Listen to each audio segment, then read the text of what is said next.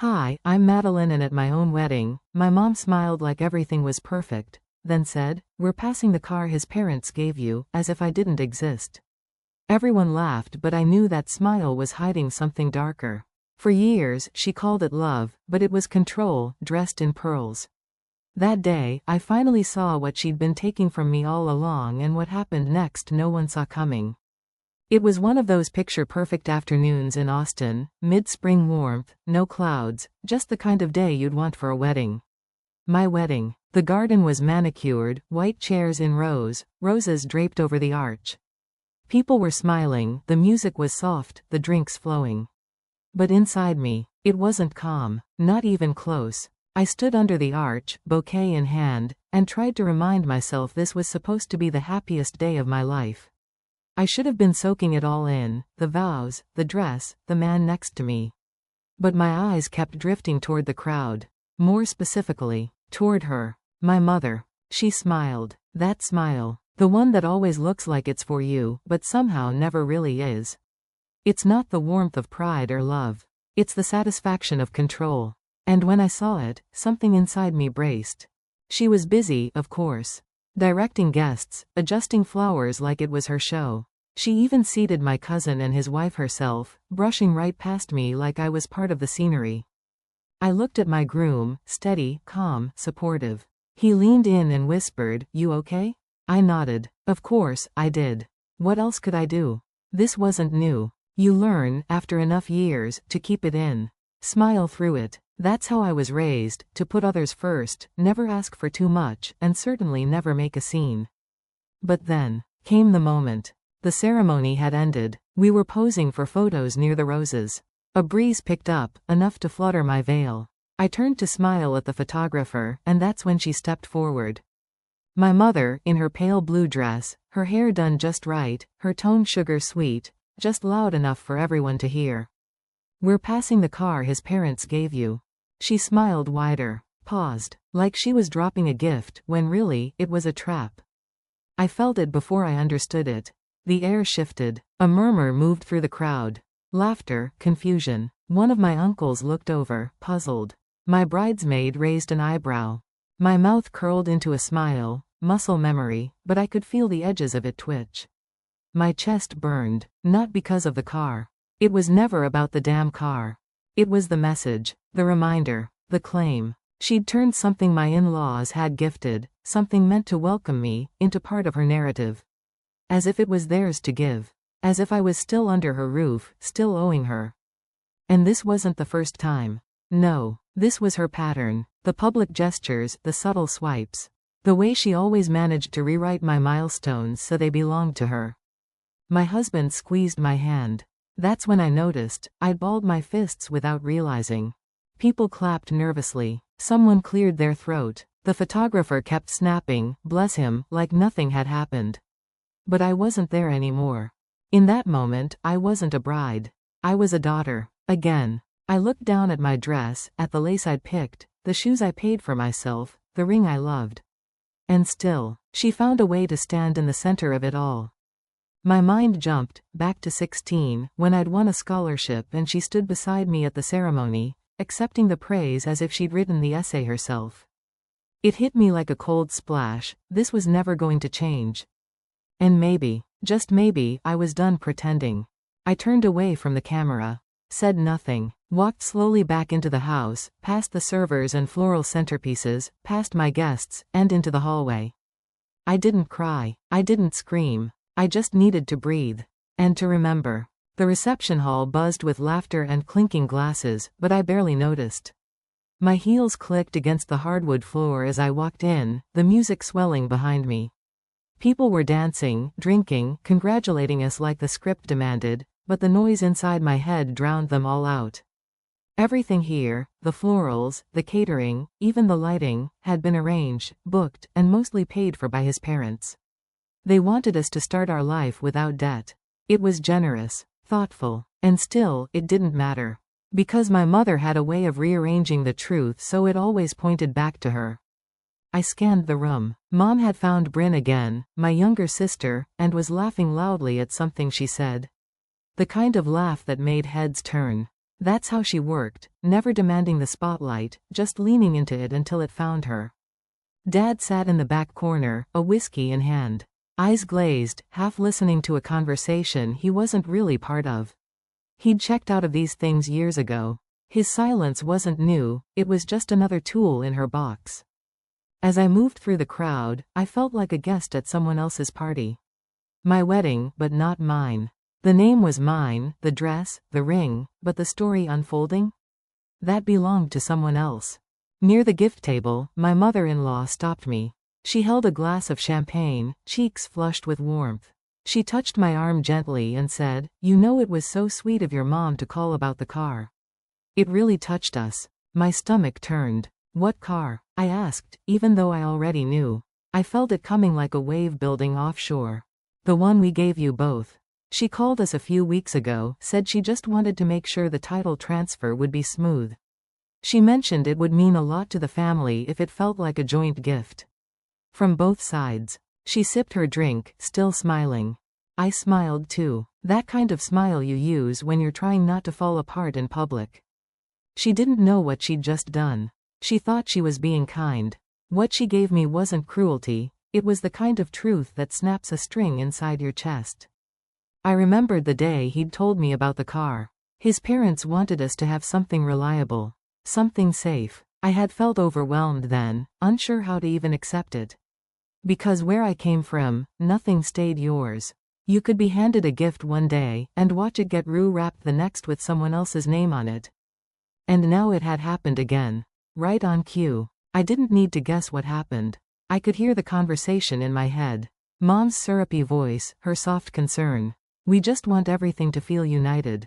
It's important that it's seen as from both families. You understand, don't you?" She didn't care about the car. She cared about ownership, legacy, the invisible lines that she drew around things, so even generosity could wear her signature. I needed air. The hallway just past the restrooms was quiet. I stood there a moment, hand gripping the doorframe, and then I saw her walking toward me. Alone. Perfect timing. "Can we talk for a second?" I asked. She tilted her head, innocent. "Of course, sweetie." I waited until no one was nearby. My voice came out lower than I intended. "Why'd you do that?" Her eyes narrowed slightly, but the smile didn't budge. "Do what?" "You told his parents the car should come from both sides." She blinked. "Is that what this is about?" "Oh honey, it's just family. Why do you always need credit?" Her tone was honey-coated, but each word landed like a slap. That's what it was to her, credit. Not the truth, not honesty, not even pride in my moment. Just control, reinforcing the chain she kept wrapped around me. I looked at her then, really looked. And it hit me, she didn't need to outshine me.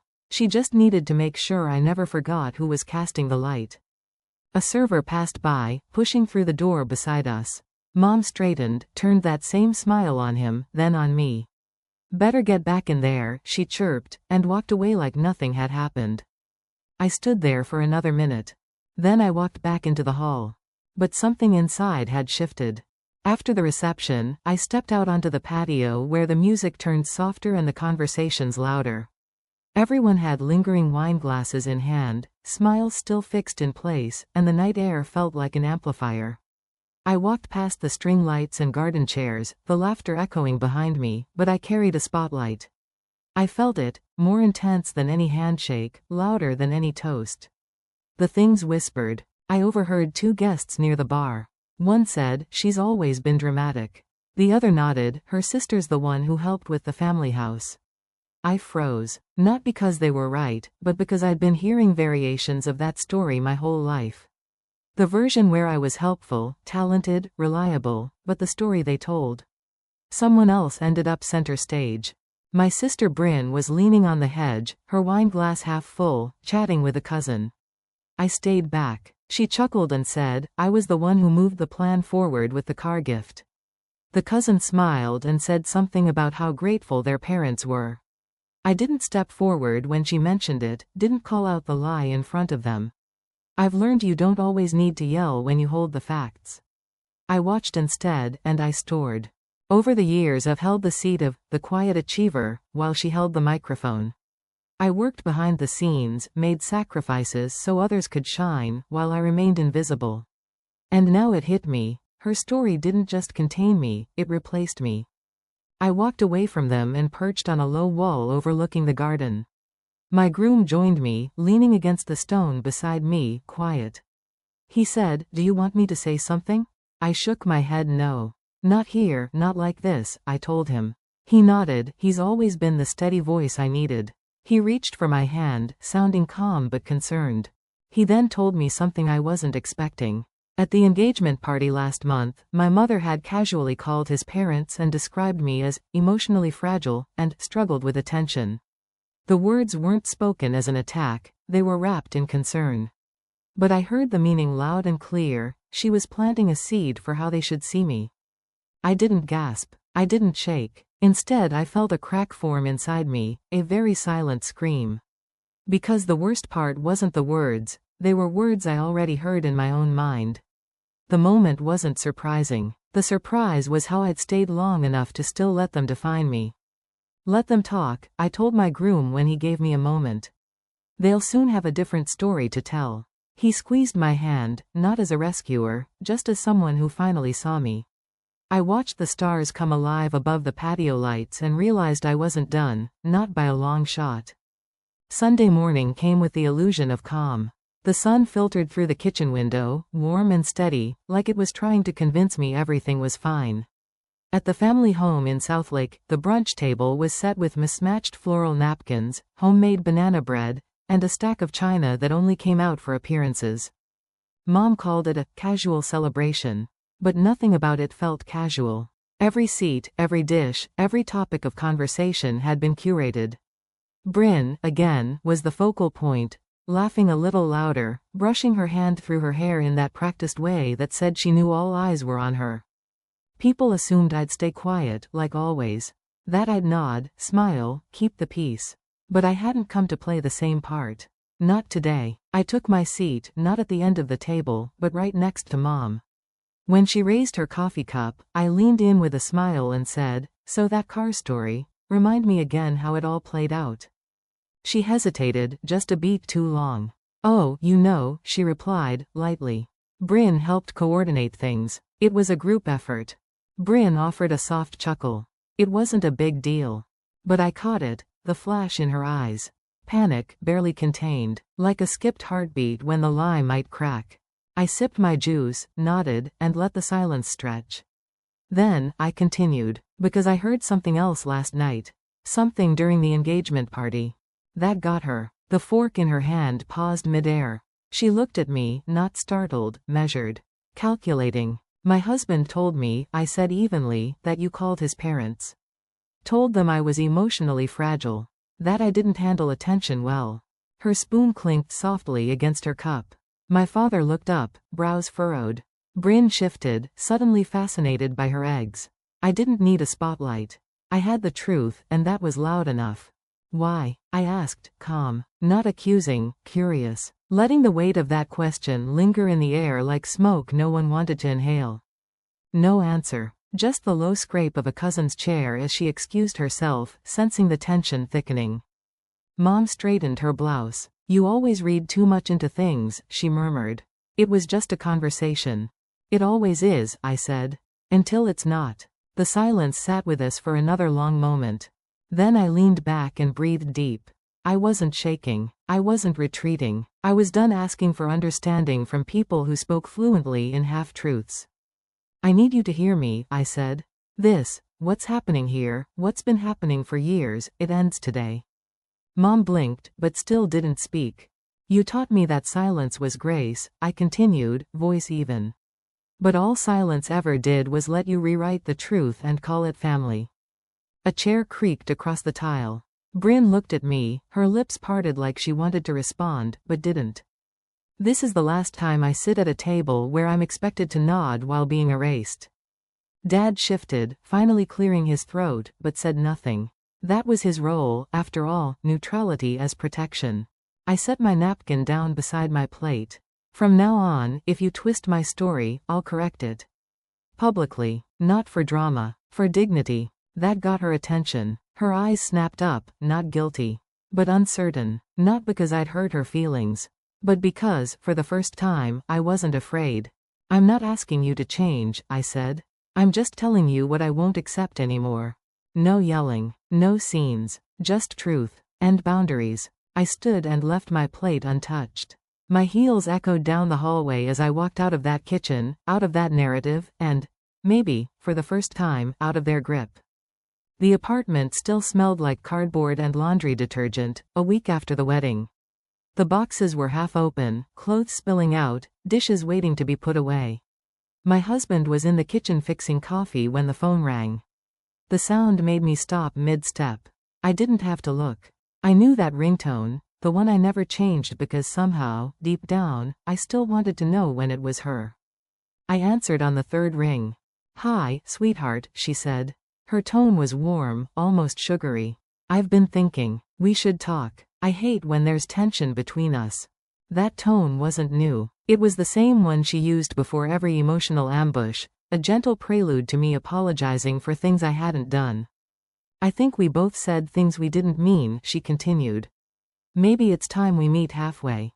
Have a cup of coffee. No drama, just mother and daughter." Her words sounded kind, but every syllable carried a leash. My husband leaned against the counter, watching me. He didn't need to hear her voice to understand.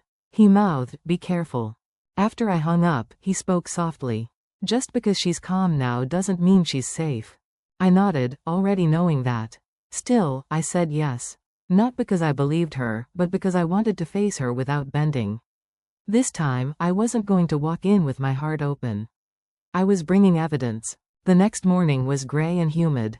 I met her at a cafe near downtown, her choice, of course. She liked places where the owner knew her name, where she could act generous and polished. When I walked in, she was already there, waving, the perfect hostess. "Sweetheart, you look wonderful," she said, standing to kiss my cheek. Perfume and control, same as always. We sat. She filled the first few minutes with light chatter. How the wedding was beautiful, how everyone loved the flowers, how proud she was that everything turned out so elegant. She didn't mention the arguments, or the lies, or the sideways compliments that had cut like glass. I played along, letting her talk. That was her comfort zone, surface-level niceness. I waited for the moment she'd steer the conversation where she wanted it. It didn't take long. "You know," she said, lowering her voice as if we were sharing a secret, "some people thought you were a little emotional at brunch. I told them you were just overwhelmed. You've always been so sensitive." There it was, the shift. I looked at her, calm. "Sensitive?" "Yes," she nodded gently. "You just care too deeply. It's not your fault. But the way you've handled things, well, it's affected me. I haven't been sleeping. My doctor says my blood pressure's up again. I think we both need peace." She reached for her mug like she was the victim, like my boundaries had somehow endangered her health. "I never meant to hurt you," she said, voice soft, eyes shiny. "I only did what I thought was best for you. You know how much I love you." I took a slow breath, then leaned back. "You've confused my silence for compliance." Her face froze, then rearranged itself into confusion. "I'm not sure what you mean." "You do," I said. My voice was steady, measured. "You've spent years telling stories about me, fragile, emotional, unstable. You call it love, but it's control. And every time I tried to defend myself, you'd tell people I was overreacting." She blinked, caught off guard. "Honey, that's not fair." "No," I said, interrupting her. "What's not fair is how you've rewritten every part of my life to fit your comfort. You told my in-laws you were worried about me. You said I was unpredictable. You've built a reputation as the caring mother with the difficult daughter. That's not love. That's performance." She looked around, realizing people nearby could hear us. "Can we not do this here?" I shook my head. "We've always done this your way. This time, we do it mine." Her expression hardened. The sweetness started to slip. "You're being dramatic," she said, almost whispering. I smiled, not kindly. "No, I'm being direct. There's a difference." I leaned forward, elbows on the table. "I used to think being quiet was the high road. But silence just made me invisible to you. You only respected me when I stayed small." She tried to speak, but I didn't give her room. I listed the moments, calmly, clearly. The lies about money. The rumors about my behavior. The guilt trips dressed as advice. I named them all without raising my voice. She wasn't used to me holding eye contact this long. I'm not angry, I said. I'm just done pretending this dynamic is normal. She sat there, jaw tight, hands shaking just enough to rattle the spoon against her cup. I think you need help, she said finally, her voice trembling between offense and fear. I have it, I replied. It's called self-respect. I stood. She reached for my hand, but I pulled back gently. I don't need an apology, I told her. I don't even need understanding. I just need distance. Her mouth opened, then closed again. No script left to follow. For the first time, she didn't know how to perform. I set a few dollars on the table, nodded once, and walked out. The air outside was heavy but clean. I stood there for a moment, watching the clouds roll past, realizing something quiet had shifted inside me. There was no grace left in silence. There was only truth, and finally, it belonged to me. The night after I walked out of that cafe without hugging her, I sat at my desk, lights low, blinds drawn. The hum of the ceiling fan was the only thing moving. I opened the old brown folder I kept tucked in the bottom drawer. It was stuffed with receipts, birthday cards that were never signed with love, emails where I was CC'd, never addressed. All of it quiet proof. Not of harm done to me, necessarily, but of how I'd been made to disappear, systematically, subtly. For years, I told myself silence kept the peace. That it made me mature, above it all. But the truth? Silence was their favorite weapon. Because they knew I'd wrap myself in it, thinking I was being noble, when really, I was just being erased. I hadn't forgotten that brunch. Her pretending to worry about her health, hinting that I was the one causing her stress, painting herself in soft pastels while I was cast as a thundercloud. That moment didn't just sting, it warned me. If I stayed quiet, she'd keep rewriting the story until I disappeared from it entirely. Not this time. I texted Arla, who'd seen enough of my family over the years to know the signs. I told her, simply, need your help. Quiet move. Her reply came back in under a minute. Whatever you need, I'm in. Clint stood behind me, reading the email drafts over my shoulder. He didn't say much, just rested his hand on the back of my chair and nodded. That was all I needed. I wasn't gearing up for a war. This wasn't revenge. It was reclamation, a quiet strike, and the gears were turning. The following morning, the living room turned into a small, focused war room. My lawyer, soft-spoken but razor-sharp, sat across from me, pen tapping lightly against his notebook. Clint brewed coffee, calm, steady. No one cried. No one yelled. I read the letter aloud once. Then again. No emotion, just facts. The car titled in my name, given and then revoked. The trust I contributed to, never acknowledged. My name removed from family photo albums, invitations, emails. Then, the final page, a notarized copy of the trust letter from my grandfather. It stated plainly, unequivocally, that I was named. Not as a beneficiary, as heir. The letter went out certified. No phone call, no warning, no need. Clint stayed close that day. He didn't hover. He just existed nearby, like breath. When the mail was delivered, I watched from the second-floor window as the envelope was taken from the box. Less than an hour later, a reply arrived, not to me, but to him. Is she serious? This is ridiculous. This is her family. He read it and said nothing. I looked at him. She doesn't even realize I've already left. Not the house. The version of me she used to count on. Later that evening, the lawyer slid a copy of the final filing across the table. You're done, he said. I stepped outside with Clint. The sky was painted in a soft, calm dusk.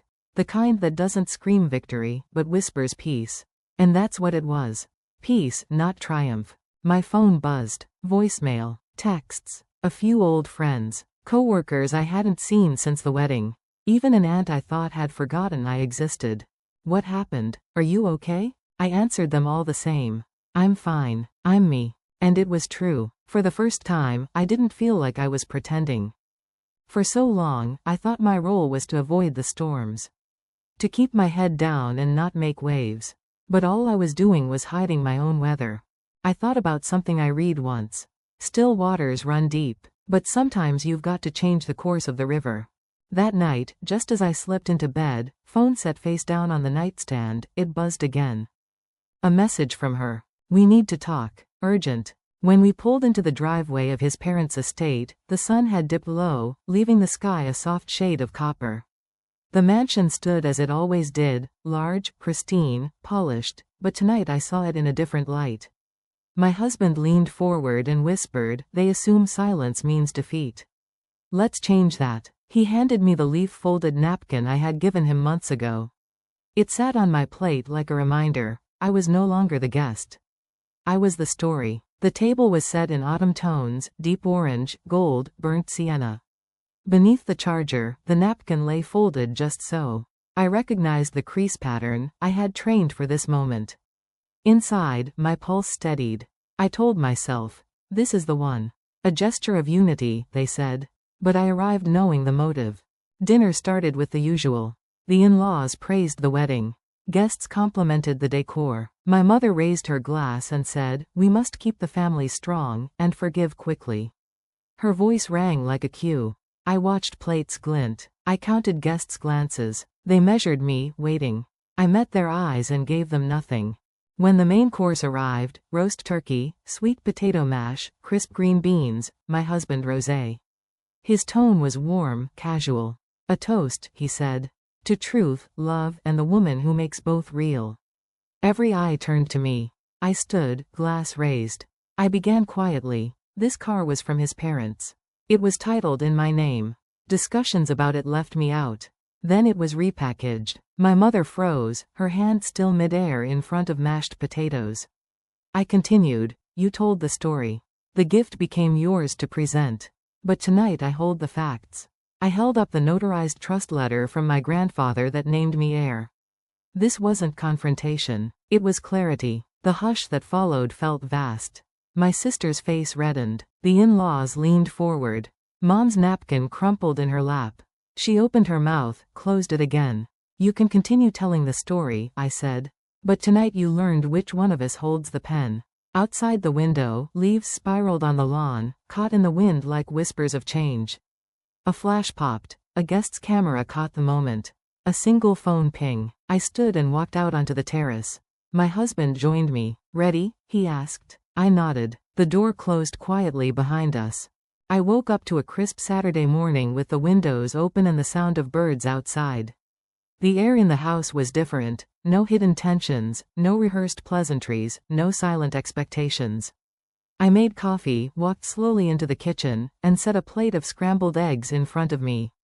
I looked at the framed photograph on the mantel, a candid shot of my husband and me laughing, genuine and unguarded. It wasn't the wedding portrait, where everyone smiled politely. It felt real. I held my mug and thought, it's not that the past vanished, but it stopped defining the frame. My hands wrapped around the warm ceramic. I let the moment settle. Then I pulled out a notebook and began writing a letter to my mother, not one I would send, but one that needed to be said. Thank you for what you gave, and goodbye for what you withheld. Over the next hour, I reflected on what I'd been holding onto. Not with bitterness, but with honesty. Years of silence disguised as peace. Years of bending to keep the peace. I remembered a quote, "You teach people how to treat you, by what you allow, what you stop, and what you reinforce."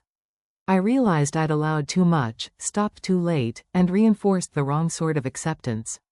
Now, I felt the shift. I reclaimed my voice. I defined my boundaries. I retook my narrative. I gathered 3 items. The ribbon from my childhood bedroom, the wedding registry I never got to keep, and the original title document for the car I paid for. I placed them into a box labeled, "History, not home." I did not pack with anger. I packed with acceptance. Later that afternoon, I found my husband on the porch with 2 iced teas. The sun was soft. He said, "The silence this morning feels earned." We sat together, legs touching, and talked about what comes next. A road trip was on the table. Just the 2 of us, somewhere with open roads and nothing demanding our attention. I mentioned the idea of sharing my story, writing it, maybe speaking it. He nodded and said quietly, "Someone needs to hear that surviving doesn't always look dramatic.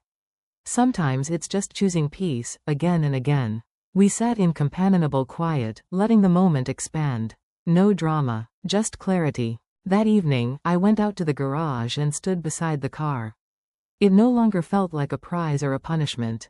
It was simply ours. We owned it together. I whispered to the memory of my mother, "You passed down many things, this one won't break me." My phone dinged. A message from my sister, "I think you should see what Mom just posted." My breath caught. My finger hovered over the screen. What story was being rewritten now? I took a deep breath and stood still, letting the moment stretch. Whatever came next, I knew I was different. I wasn't just surviving anymore. I was living. I woke up to a crisp Saturday morning with the windows open and the sound of birds outside. The air in the house was different. No hidden tensions, no rehearsed pleasantries, no silent expectations. I made coffee, walked slowly into the kitchen, and set a plate of scrambled eggs in front of me. I looked at the framed photograph on the mantel, a candid shot of my husband and me laughing, genuine and unguarded. It wasn't the wedding portrait, where everyone smiled politely. It felt real. I held my mug and thought, it's not that the past vanished, but it stopped defining the frame. My hands wrapped around the warm ceramic, I let the moment settle.